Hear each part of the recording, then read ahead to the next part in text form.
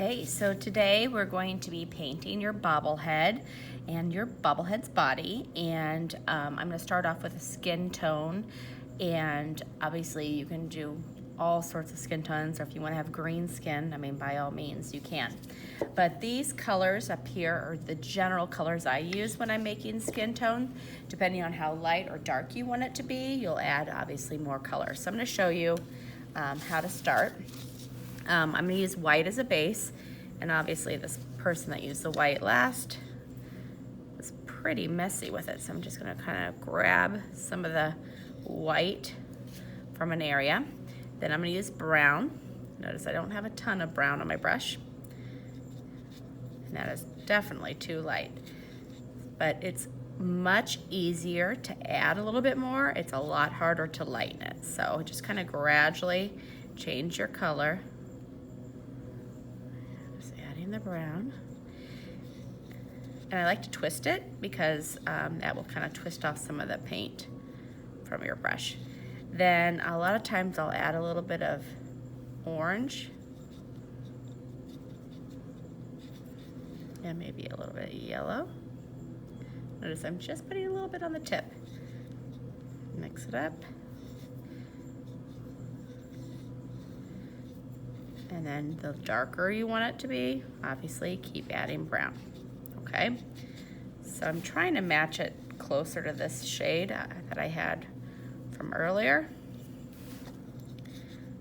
I think that's about right. So I'm gonna paint the neck area. And if I were you, I would have multiple brushes for the painting portion because you won't have to get up as often. And I'm kind of painting over where I need to go, just so I have a nice clean line and that I don't have a white space. Okay, I'll show you just a little bit of the hand.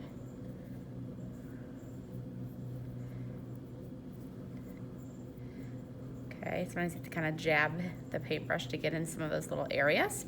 Okay, so it looks a little messy right now, but I am not concerned about that. Then for mine, I painted over the eyes. I will tell you for the lips, I basically use this color and I add a teeny bit of orange just to make it so it's a little bit different. You can do the same thing with red. And then when you're finished with the color, you want to make sure you rinse off your brush. This is why you want to have a paper towel or paper towels nearby. And then you want to wipe it. And you can wipe it on your paper towel until it's dry. And then I'm gonna paint on the white of the eyes. I wanna make sure I have a nice, good tip. Now, I'm really gonna try to find a little white space here for my brush to use. So then, this is what takes a little steady hand, and you will paint on the white of the eyes. And the great thing is, if you make a mistake with the painting, you just let it dry and then you can paint over it. And I will tell you, I can use like a Sharpie pen when the paint's 100% dry. Mine looks a little funny. And the Sharpie pen will, or any marker for that matter, will totally kind of clean up your edges. So my eyes are a little slanted just because I'm using this as the base. Let me just kind of make them.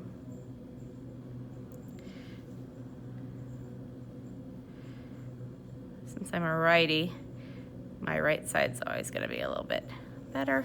Okay, that's pretty close in size. And then rinse off my brush. Maybe the hair is going to be like a dark, like brown, almost black. So I'm going to put some black in there, mix some brown.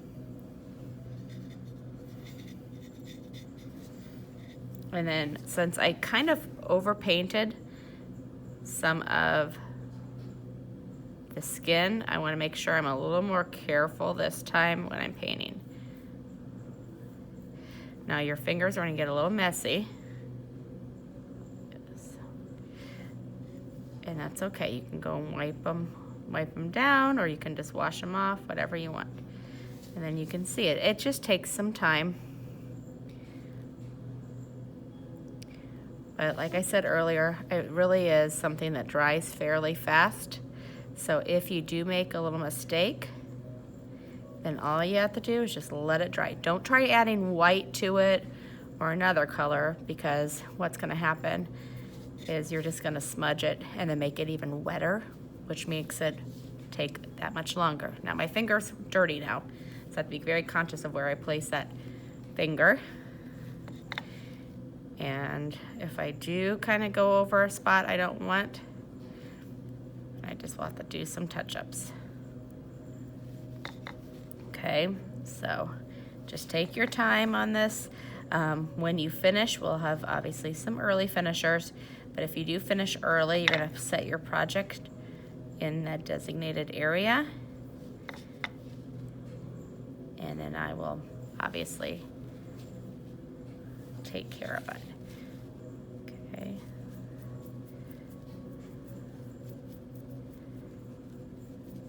So I've got the hair pretty much done. Okay, I will show you a little trick with the eyes. Maybe he's gonna have green eyes.